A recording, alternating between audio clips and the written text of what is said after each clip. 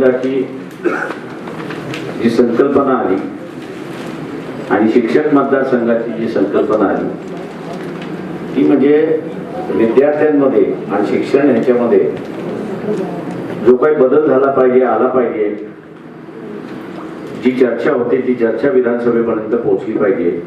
आणि म्हणून शिक्षक आणि ग्रॅज्युएट या विधानसभेच्या कॉन्स्टिट्युन्सी त्या ठिकाणी तयार करण्यात आला. आताचा विद्यार्थी हा जर पोस्ट ग्रॅज्युएट करायला निघाला तर 30 वर्ष त्याची पूर्ण होईपर्यंत होत नाही तोपर्यंत तो पोस्ट ग्रॅज्युएट होत नाही.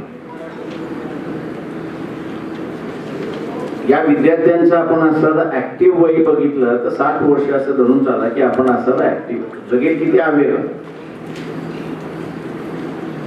पण त्याचं अर्ध वय हे फक्त शिक्षण घेण्यामध्ये जाते. पुढची 5 वर्ष तो मग काय रिसर्च करायचं असेल, काय करायचं असेल तर मग त्याच्यामध्ये घालवतो.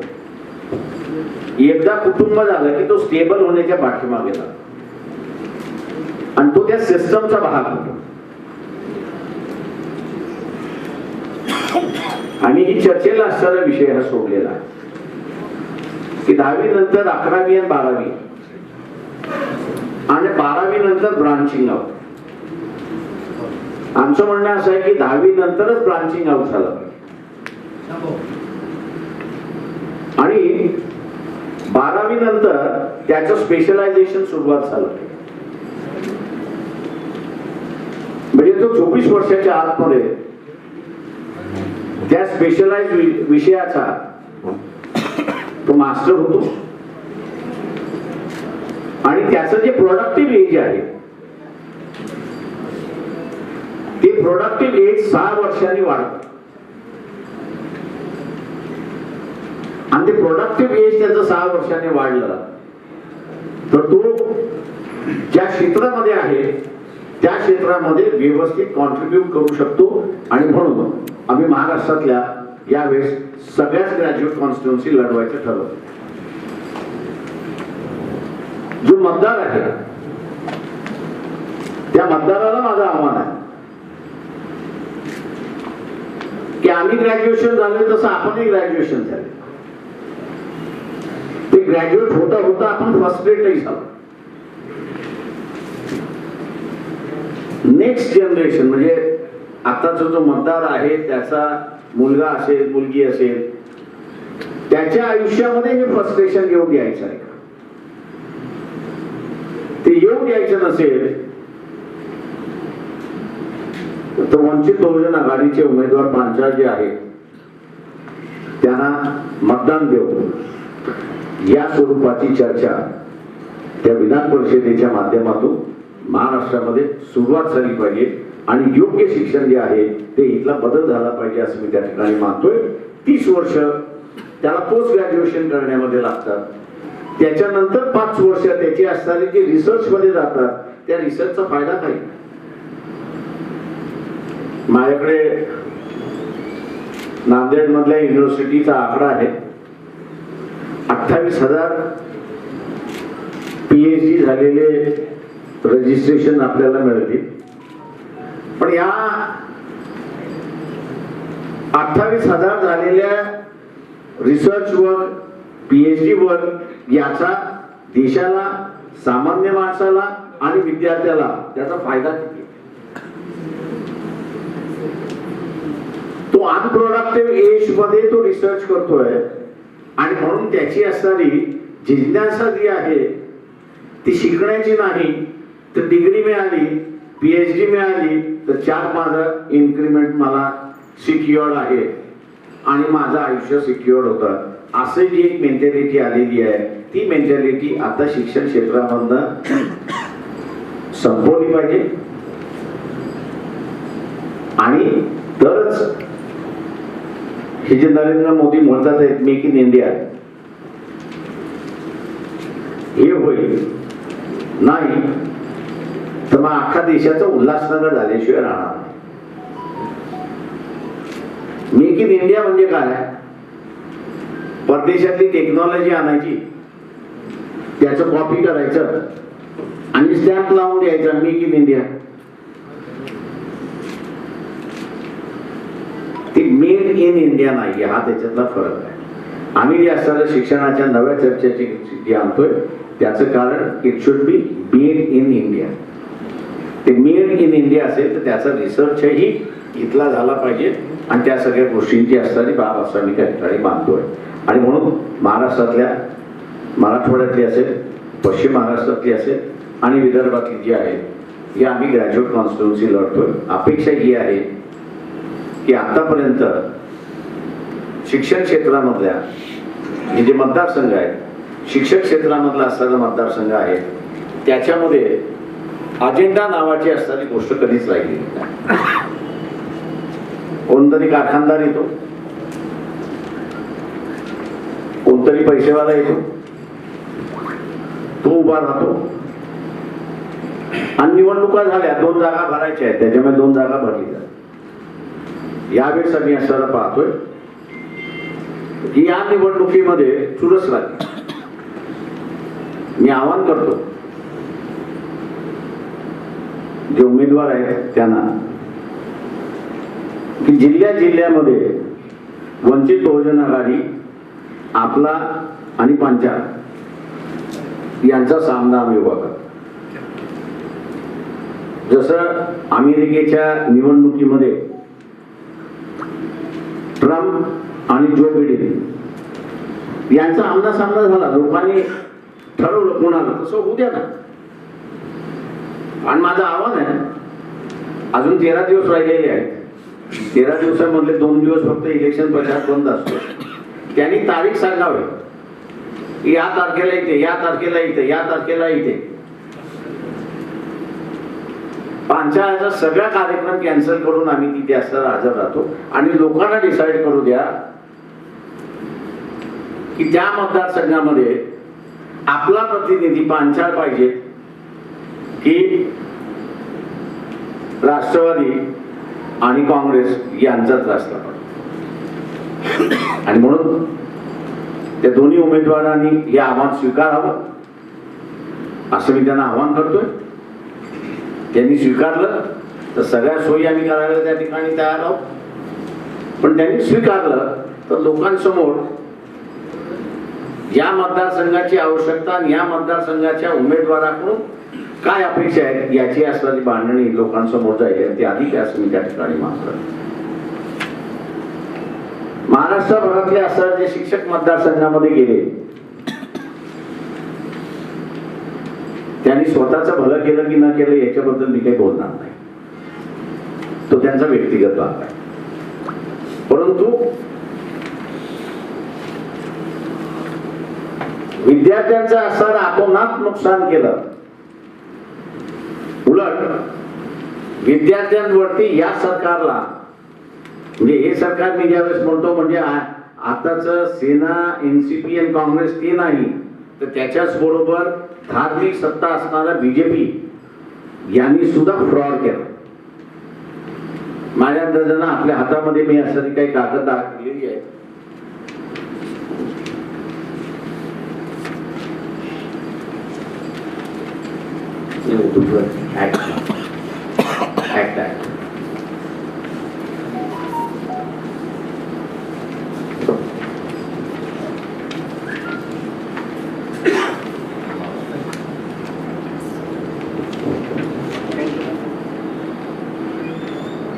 या ऍक्टचं नाव आहे Maharashtra private professional educational institute into bracket reservation of seats for admission for schedule caste, schedule tribe, nomadic tribes, विमुक्त जाती, nomadic tribes and tribes and other backward classes 2006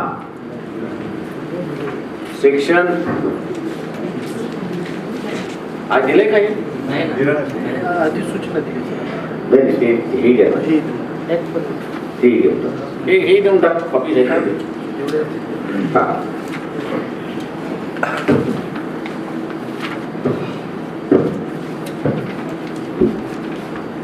section 4(2) प्रमाणे टेबलच्या माध्यमातून आरक्षण किती असणार हे त्यांनी दिलेलं आहे. Schedule caste and schedule caste converted to Buddhism 13%, schedule tribe 7%, denotified tribes 3%, nomadic B category 2.5%, nomadic tribe C 3.5%, nomadic tribe D 2%, schedule tribe 7% आणि अदर बॅकवर्ड क्लासेस 19%. हा विधानसभेने पास केलेला कायदा आणि कायद्यामध्ये कोणाकोणाला किती टक्केवारी असेल ती स्पष्टपणे त्यांनी असं मांडलेली आहे. परंतु शिक्षक मतदारसंघामध्ये जे निवडून गेले एक तर ते झोपले असते, त्यांना शिक्षक मतदारसंघाची जाणीव नसेल, माहिती नसेल, किंवा ते इथल्या असणाऱ्या संस्थेचे प्रतिनिधी असतील. आणि मी शेवटचं असताना मानतोय की ते इथल्या संस्थेचे प्रतिनिधी आहेत आणि म्हणून संस्थेचा फायदा कसा होईल याच दृष्टिकोनातून त्यांनी असणारा पाहिजे. ही जी अधिसूचना आहे त्याच्यातल्या असणाऱ्या शेवटच्या 3 ओळी फक्त मी वाचतोय पहिल्या पॅराग्राफ मध्ये. दिनांक 24 जून 2006 अन्वये विनिर्देशित करण्यात आलेल्या आरोग्य विज्ञानामध्ये व्यावसायिक अभ्यासक्रमांसाठी मंजूर प्रवेश संख्येच्या 25% इतका असतील असे निर्देशन देण्यात आले. असेंब्ली असं म्हणते की 50% असलं पाहिजे आणि एक्झिक्युटिव्ह जे आहे म्हणजे महाराष्ट्र शासन, मग ते बीजेपी चा असेल किंवा इथे असणारा राष्ट्रवादी काँग्रेस आणि एनसीपी आणि शिवसेनेचा असेल, यांनी सुद्धा 50%चे 25% केले. आणि याच्या विरोधात शिक्षक मतदारसंघातून निवडून गेलेले उमेदवार, मग ते नांदेड ते मग मराठवाड्यातले असतील, विदर्भातले असतील किंवा पश्चिम महाराष्ट्रामधले असेल किंवा कोकणामधले असतील किंवा खानदेश मधले असतील, कुठल्याही आमदाराने आवाज उठवलेला नाही.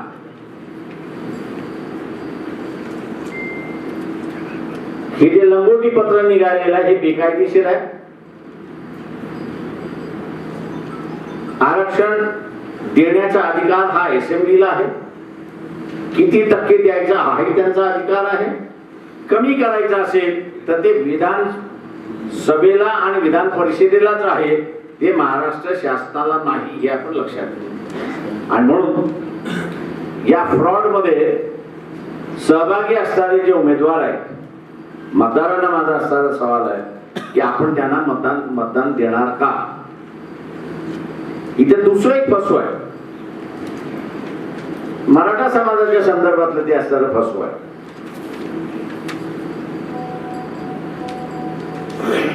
या सरकारने एक नवीन जी आर काढलेला आहे सध्या.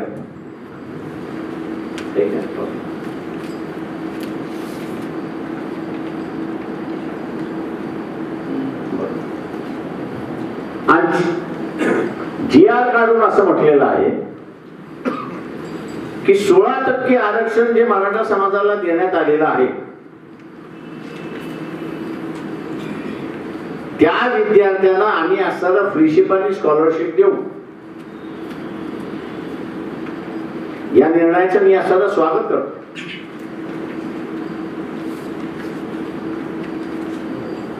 पण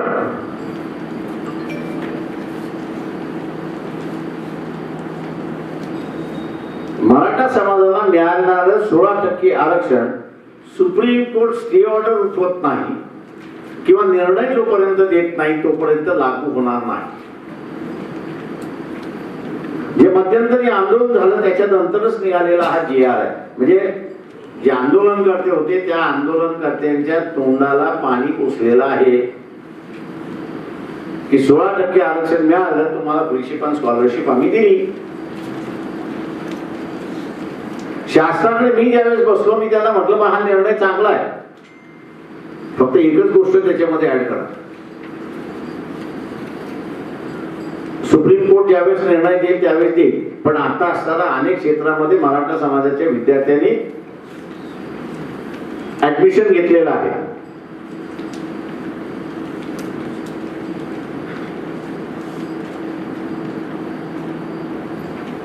त्यांनी ऍडमिशन घेतलेलं आहे. म्हटलं तो निर्णय जेव्हा येईल तेव्हा म्हटलं तर निर्णय कायदा झाला म्हणजे असताना बजेट रिझर्व झाले. आता जो असताना मराठा समाजाचा शिक्षण घेणारा विद्यार्थी जो आहे मग त्याच्यामधला म्हटलं पाहिजे तर आपण कॅटेगराईज करा, ओबीसी सारखं क्रिमिलियर, नॉन क्रिमिलियर. मराठा समाजामधला जो नॉन क्रिमिलियर आहे त्याला आपण फ्रीशिप आणि स्कॉलरशिपचा असणारा GR त्या ठिकाणी लावा. शास्त्राचं मला उत्तर काय आलं की मी अशी असताना आम्ही पोरं पोसत बसलो तर कारखान्यांचं काय होणार. कारखाना म्हणजे साखर कारखाना.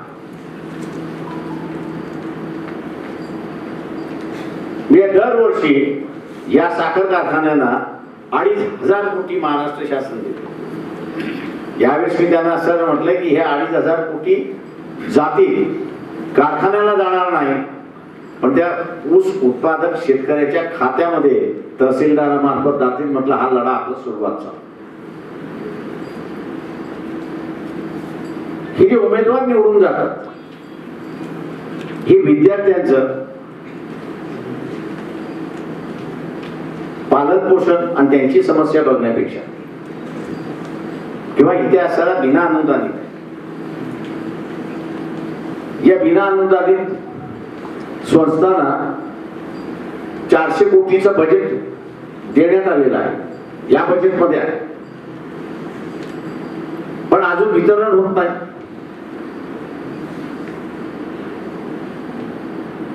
ते कुठेतरी पुढच्या महिन्यामध्ये पुन्हा ते असणारं वर जे केल्या जाईल साखर कारखान्याला देण्याचं.